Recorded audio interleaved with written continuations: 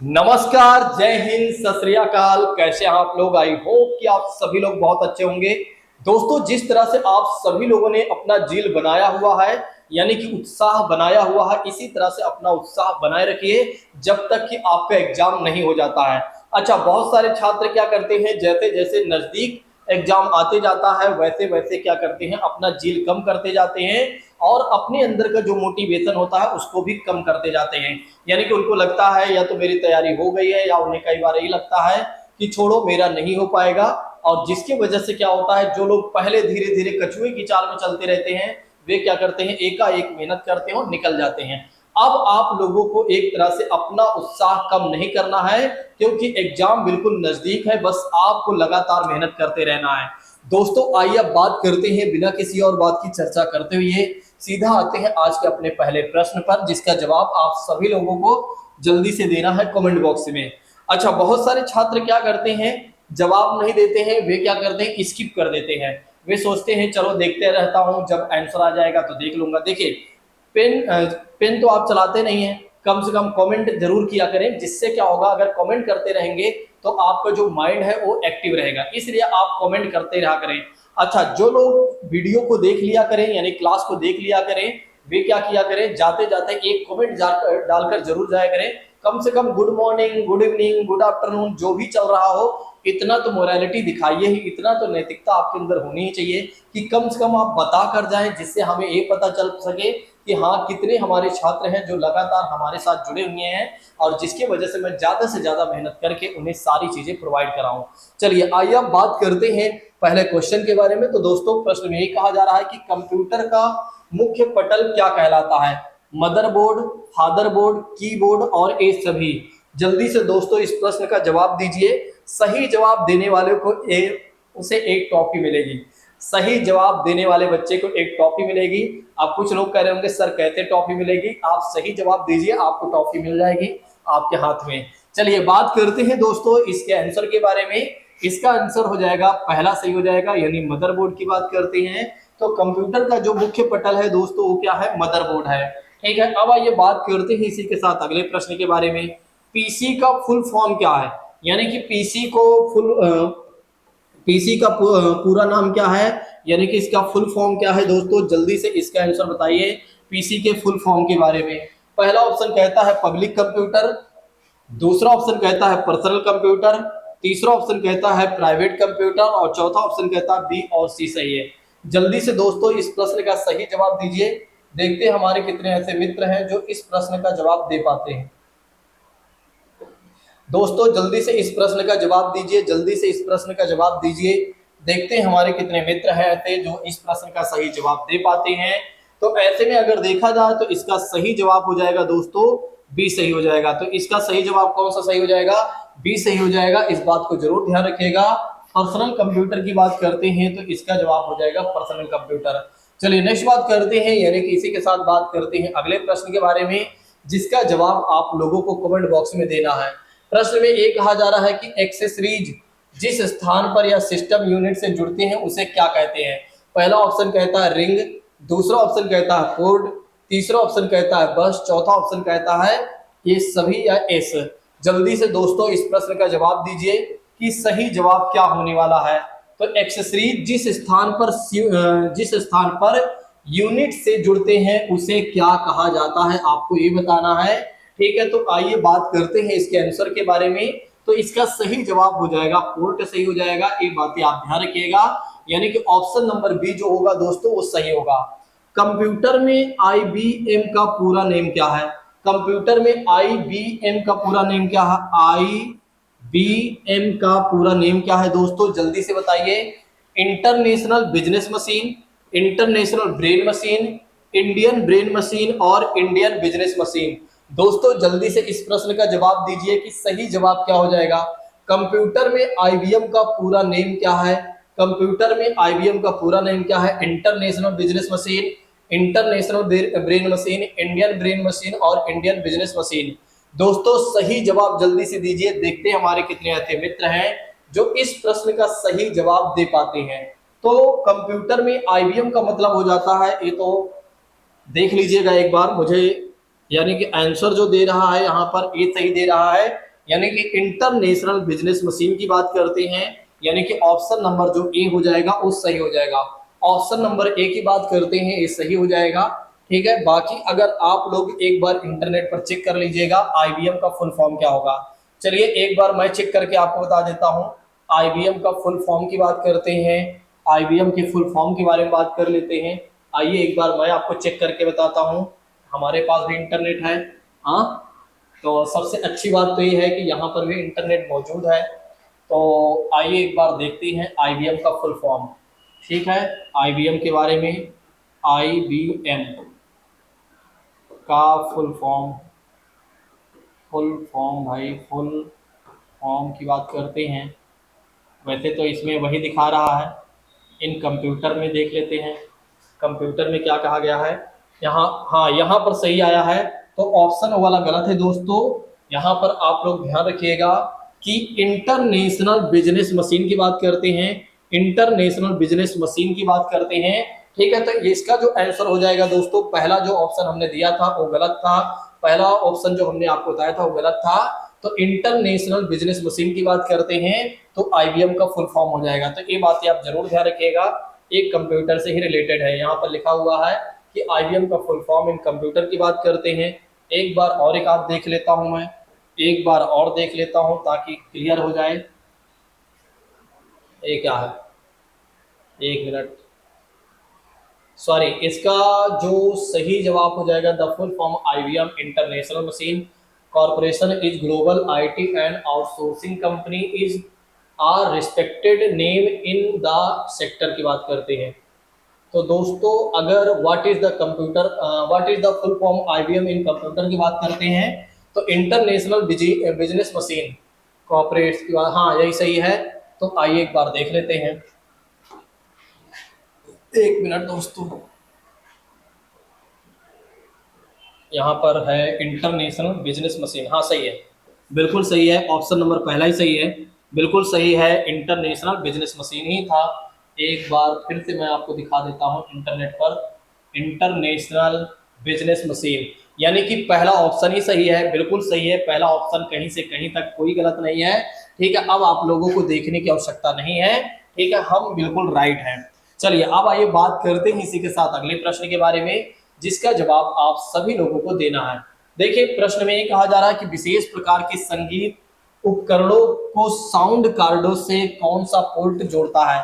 विशेष प्रकार के संगीत उपकरणों को साउंड कार्डों से कौन सा पोर्ट जोड़ता है। BUF, MINI, USB और MIDI। जल्दी से दोस्तों इस प्रश्न का जवाब दीजिए कि विशेष प्रकार के संगीत उपकरणों को साउंड कार्डों से कौन सा पोर्ट है जो जोड़ने का काम करता है, कौन सा पोर्ट है जो जोड़ने का काम करता है।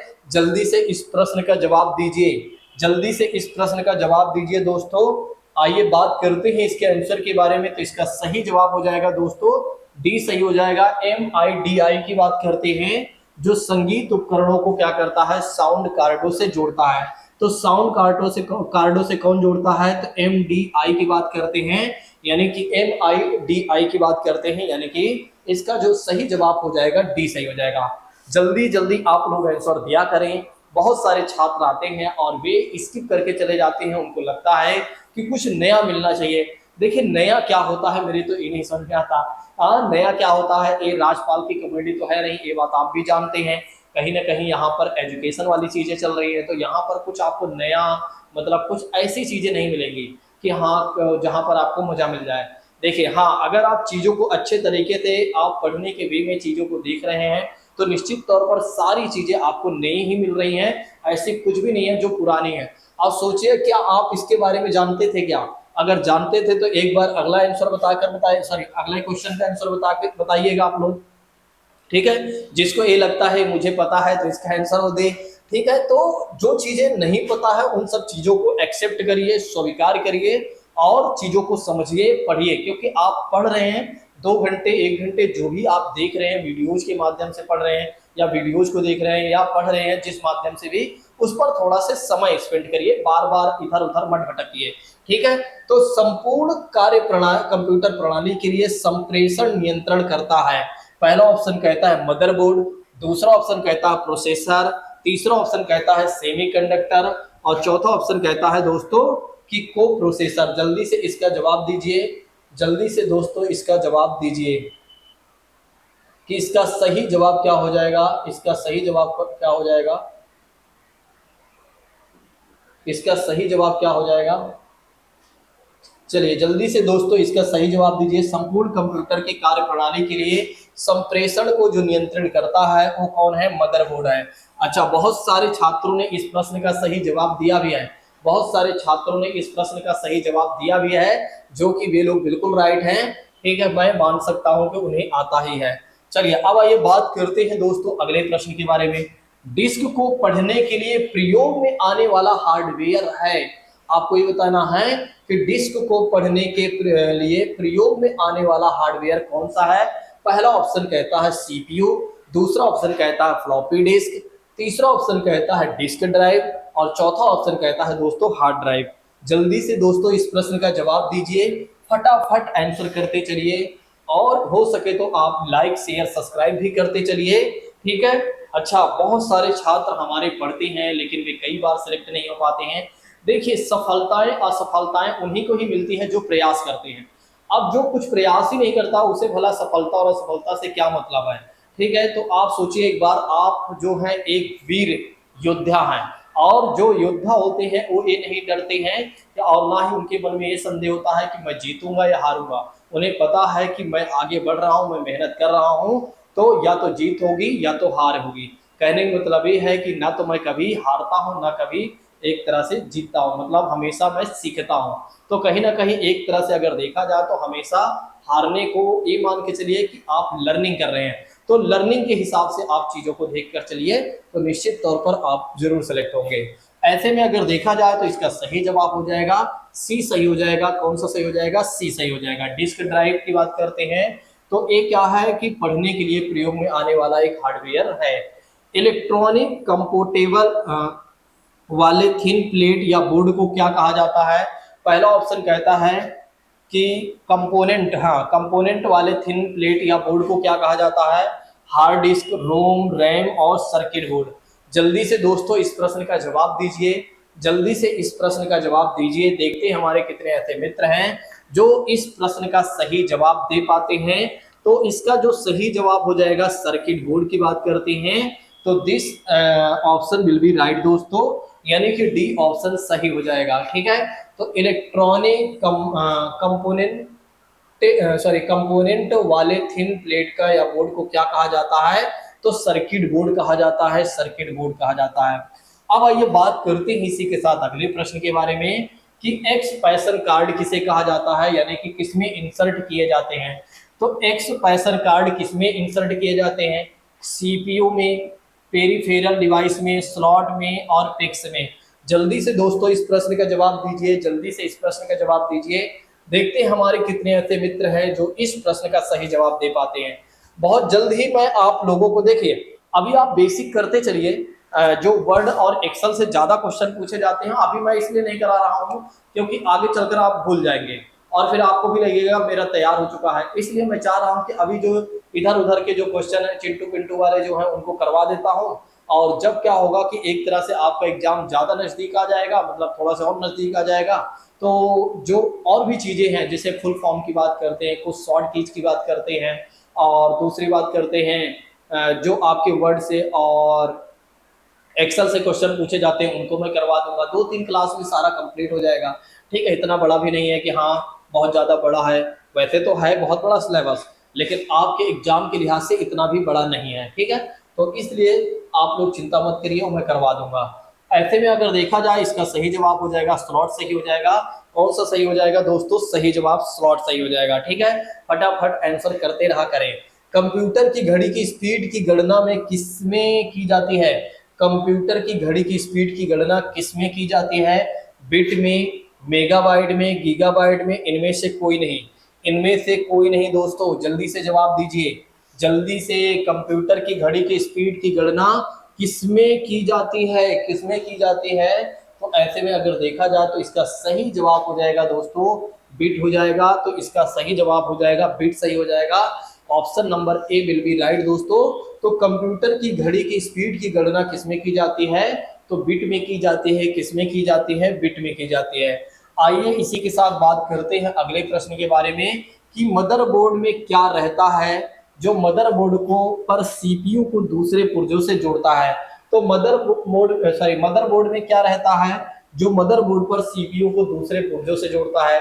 प्राइमरी मेमोरी की बात करते हैं, सिस्टम बस की बात करते हैं, एएलयू की बात करते हैं, इनपुट डिवाइस की बात करते हैं। जल्दी से इस प्रश्न का जवाब दीजिए, जल्दी से दोस्तों इस प्रश्न का जवाब दीजिए। तो ऐसे में अगर देखा जाए तो हमारे सारे छात्र इस प्रश्न का सही जवाब दे सकते हैं क्योंकि वे लोग बहुत ही महान हैं और बहुत ज्यादा मेहनत करते हैं। इसका जो आंसर हो जाएगा दोस्तों बी सही हो जाएगा। अच्छा, हमारे साथ बहुत सारे छात्र जो हमारे ऑफलाइन में पढ़ते हैं वे जुड़ते हैं, उन सभी लोगों को मैं तहे दिल से धन्यवाद देता हूं और जो नए छात्र हमारे साथ जुड़ रहे हैं उन सभी लोगों का मैं स्वागत और अभिनंदन करता हूं।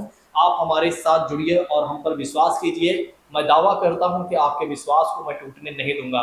जिस तरह से ऑफलाइन में मैं मेहनत करता हूं, हमारे हर एक छात्र से पूछ लीजिए, ऐसे कोई चीजें नहीं होंगी जिसे मैं ना पढ़ाया हूं। ऐसा कोई छात्र नहीं कह सकता है कि मैंने उसको सेटिस्फाइड ना किया हो पढ़ाकर। हर तरह की चीजें अगर देखा जाए तो उसने जब जब कहा है कि सर मुझे ये पढ़ा दीजिए, मैंने उन सब चीजों को पढ़ाया हुआ। नहीं तो जो लोग मेरे यहाँ ऑफलाइन पढ़ते हैं उन लोगों से मैं रिक्वेस्ट करूंगा कि अगर मैं सही अपनी बात को बोल रहा हूं तो आप लोग कमेंट बॉक्स में वही लिखिएगा जो सही है, गलत कोई भी चीजें मत लिखिएगा। ठीक है, मतलब गलत का मतलब ये नहीं कह रहा हूं, जो सही है। अगर मैंने ईमानदारी से काम किया है तो आप वही लिखिए, अगर मैंने आपके साथ थोड़ा सा भी गलत है तो वो भी आप लिखिए। I will accept that. ठीक है, मैं उसे स्वीकार करूंगा। चलिए अब आइए बात करते हैं इसी के साथ अगले प्रश्न के बारे में। किसका उपयोग करते हुए पहला कंप्यूटर प्रोग्राम किए गए थे? किसका उपयोग करते हुए पहला कंप्यूटर प्रोग्राम किए गए थे? मशीन लैंग्वेज, सोर्स कार्ड और ऑब्जेक्ट कार्ड और असेंबली लैंग्वेज की बात करते हैं। बड़ा ही प्यारा प्रश्न है ना, जल्दी से जवाब दीजिए कि किसका उपयोग करते हुए पहला कंप्यूटर प्रोग्राम किए गए थे दोस्तों? मशीन लैंग्वेज, सोर्स कार्ड और ऑब्जेक्ट कार्ड और असेंबली लैंग्वेज। ऐसे में अगर देखा जाए तो हमारे ज्यादातर जो छात्र इस प्रश्न का जवाब दे रहे हैं वे दे रहे हैं पहला दे रहे हैं, और जो कि सही भी है। दे आर राइट, वे बिल्कुल सही हैं। वे लोग बिल्कुल सही हैं कि किसका उपयोग करते हुए पहला कंप्यूटर प्रोग्राम किया गया था या किए गए थे? मशीन लैंग्वेज का यूज करके। किसका यूज करके? तो मशीन लैंग्वेज का यूज करके कर रहे थे दोस्तों, इस बात को ध्यान रखिएगा। चलिए अब आइए बात करते हैं इसी के साथ अगले प्रश्न के बारे में। ठीक है, किसने बेसिक कंप्यूटर भाषा का विकास किया था?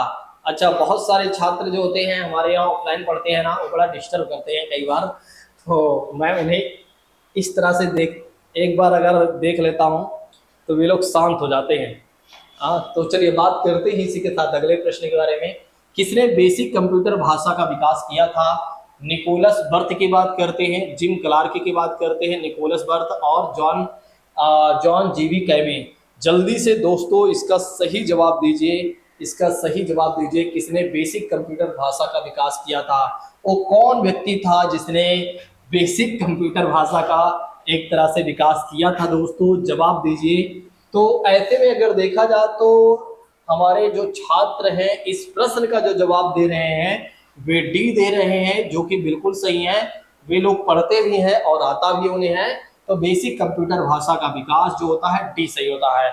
जो लोग दिल्ली पुलिस के लिए या अदर एग्जामिनेशन के प्रिपरेशन कर रहे हैं वे देखो, ये जो सरकारी नौकरी है ना, या ये जो सफलता कह सकते हैं इसे, सरकारी नौकरी तो अब सफलता के तौर पर देखी जाती है कि अगर कोई व्यक्ति सरकारी नौकरी पाता है तो इसका मतलब वो सफल हो गया। बिल्कुल कहीं ना कहीं हमारे समाज में इस बात को देखा भी जाता है और हमें भी ऐसा फील होता है, जो कि गलत है भी नहीं। बिल्कुल सही बात है। एक तरह से अगर आप देखें ना कि ये जो सफलता है ना बहुत आसानी से नहीं मिलती है, इसके लिए आपको जी तोड़ मेहनत करना पड़ेगा और साथ ही साथ कई बार तो आपको गिरना भी पड़ेगा, कई बार आपको उठना भी पड़ेगा। तो आप ठान लीजिए अपने मन में कि चाहे मुझे गिरना पड़े या उठना पड़े, कितनी बार भी मुझे गिरना पड़ेगा, लेकिन मैं गिरूंगा और उठूंगा और चलूंगा और बढ़ूंगा भी। लेकिन हाँ, अब ये नहीं कि जब आप हारें तब उसके बाद एंजॉय करने लगे, अरे मैं तो हार गया। ठीक है, नहीं, जब आप हारें तो उसके बाद दुगनी मेहनत के साथ आप फिर से लगें, तब आपका काम होगा। ये नहीं कि आप हार जाएं तो फिर एक तरह से अंदर की मोटिवेशन खत्म करके डीमोटिवेशन में घूमते रहें और बोलें इस बार पर फिर मैं लड़ूंगा। मतलब बिना तैयारी के मैं लड़ूंगा तो फिर एक गलत बात है। अगर तैयारी करके आगे बढ़ना है तब आप लड़िए, नहीं तो फिर पीछे हटकर कुछ और कर लीजिए। तो ऐसे में अगर देखा जाए तो सही जवाब छात्रों ने दिया भी, जो कि डी ऑप्शन सही है। बेसिक कंप्यूटर भाषा का विकास कब हुआ था, बताइए। बेसिक कंप्यूटर भाषा का विकास कब हुआ था? तो इसका पहला ऑप्शन बताइए 1955, 1968, 1964, 1975। तो ऐसे में अगर देखा जाए तो इसका जो सही जवाब हो जाएगा 1964 हो जाएगा। तो आज की क्लास में आप सभी लोगों ने ये सारे क्वेश्चन को देख लिया है। कल की क्लास में हम ये जानने वाले हैं कि आगे के क्वेश्चन कौन कौन से हैं। दोस्तों इस प्रश्न का जवाब आप लोग कमेंट बॉक्स में दीजिएगा। तो आज की बात को यहीं पर स्थगित करते हैं। Thank you so much. जय हिंद दोस्तों, take care all of you.